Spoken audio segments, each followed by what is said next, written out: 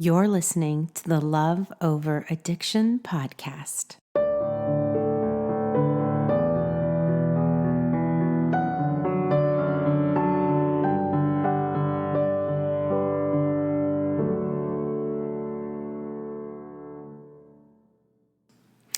Hey, so in the next 2 episodes, I want to speak to those of you that are thinking about leaving or in the midst of leaving your loved one suffering from addiction. Now, here's the deal. In this first episode, I want to talk about the absolute necessity of fighting for our lives, and sometimes I do mean that literally, when we decide to leave addiction. Most of us will be wanting to leave somebody who does not want to be left. Why? Because addiction likes control. Addiction likes to be the one in charge, trying to tell you how to feel, how to think, how to behave, how to act. It has gotten away with, for years, it has gotten away with the role in your life of being the controller. And when you choose to leave, the moment that addiction, and remember, for those of us that are new to this community, we consider addiction a third party in our relationships. So that's why I often refer to it as a separate entity, because we fell in love with somebody who loves, who is loving and kind and thoughtful.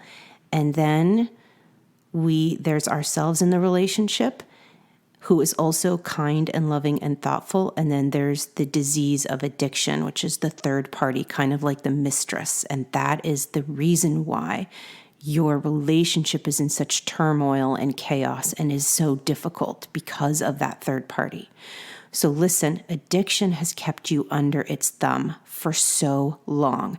And the moment that you decide that you are going to step away from this relationship, that you are going to take a pause and you are going to separate, or that you are done and that this is it and you've had enough and you want a new life and you're daring to dream of your new future, the moment that addiction catches a wave of that, gets any indication that you are stepping out from underneath this spell that it has cast over you for so long, it gets scared, it gets nervous, and it will try to do anything and everything to get you back under control, to get you back under its spell. So for some of us, that looks like intimidation. It will call you and berate you in the middle of the day and tell you to shut the F up, and it will call you names. It might tell you that you're worthless and that if you ever leave, you'll never find anyone that's good enough, that you don't deserve love, that you don't deserve happiness. It might scare you with the intimidation of finances and tell you that you're going to go broke and that there's no way that you can financially survive on your own. It might threaten you with legal issues with the children, saying that it will turn the kids against you, that no one will ever believe you. Addiction will do whatever it takes to keep you under control. And this, my friend, is the fight of your life. This is your greatest calling today and forever. It will be the mission and the purpose of your life is to rise above that, to start to listen to a greater voice other than the voice of addiction trying to put you down. And at first, that greater voice that is within you starts out as a whisper. And that whisper is suggesting that there is something better out there, that you are deserving of more, that this is miserable and it's not going to change and it's not going to get better, and that you are being abused and you are being mistreated. And that whisper will be a loving whisper saying, there's more, there's better, don't settle. Don't allow somebody to treat you like this.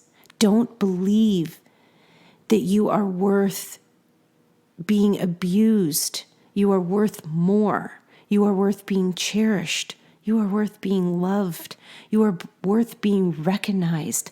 And I'm not talking about loved and cherished and recognized by another human being. I'm talking about you recognizing that within yourself first.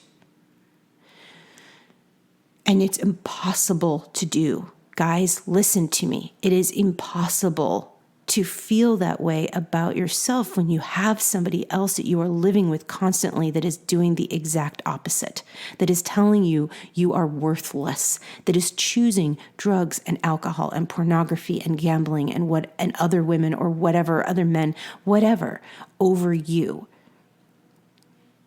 It is impossible to live with both this holding yourself in a position of being loved and cherished and adored, as well as living with somebody who is abusive and negligent and lies and manipulates. How can you hold both of those lives together in the same house?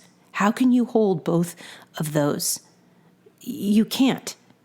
It's an internal battle. So listen to me.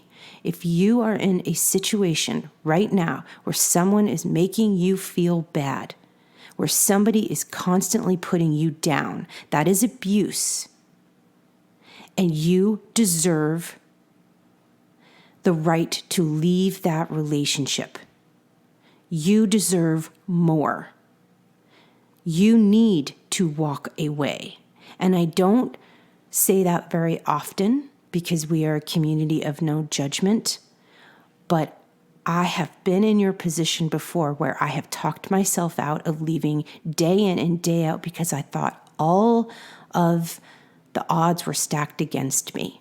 I was a young mom with 3 kids, no job, 0 education, no money. I had kept this disease from addiction a lie. I have covered up for my loved one for years.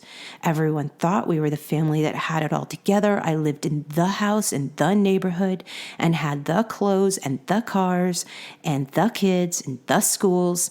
And let me tell you, it was a big, fat lie. And my life today is 80,000 times more better because I was willing to face the truth that I deserved more, and so did my kids. And that living with abuse, living with somebody who's constantly putting me down, living with addiction was not only not unhealthy for me, but it was unhealthy for my children. And I did not want them growing up thinking that this was normal, that this relationship is something that they were going to tolerate or they should dish out to their spouses. I had to get them away from addiction. And so if you are listening to this right now and you have that little whisper that we talked about earlier that is calling you to something greater, to something better, and it is telling you that you should consider the idea of leaving, listen to that whisper, because the mission and the call of your life is to pay attention and follow that whisper until it becomes louder and stronger and more powerful than the voice of addiction. And if you just pay attention to that whisper, I promise you, your future is going to be better and greater than anything you can even imagine today. So do yourself a favor, get still and silent and ask yourself, what is that whisper trying to tell you? And then when addiction tries to bully you and put you down and put you back in your place, you refuse to listen to it. You come to me and I will lovingly remind you. I will hold your hand. I will be your greatest cheerleader. And I will tell you, you have got me. You've got a community of women that will see you through this to the very end. We will make sure that you are okay. Because that is my entire purpose in my life, is to make sure that you find the happiness and the joy and that you do not settle. You have one lifetime. This is it. Are you really going to sit there and waste the next 5, 6, 10 years of your life waiting for someone to get sober so you can start to feel better? Is that as good as it's going to get for you? Because that is giving your power away. It is constantly walking on eggshells, being constantly let down, being lied to and manipulated. And I know there are some of you out there that are waiting always for them to get better. Stop waiting. You are not powerless over this disease. This is your life too. And this is your kid's life. And so you can rise and answer the calling to believe in yourself, to believe that you are greater than this, that you deserve better than this. I love you. I am here for you. I want to be your sister. I want to be your friend. I want to be that person in your life that you lean on. You won't need me forever. I'm only here for a season of your life to help you get you through this. And then you will move on because you've done your work.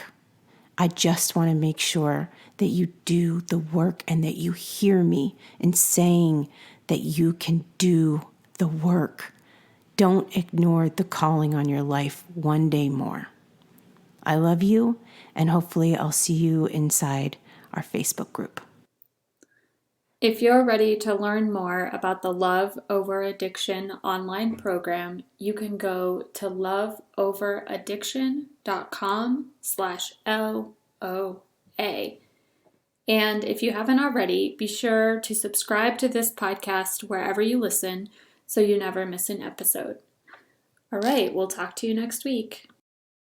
This podcast is created for your support, encouragement, and entertainment with Michelle's personal thoughts and beliefs. From one woman to another, all bonded together by the fact we love someone suffering from addiction. This is not intended as a substitute for therapy or advice from a professional.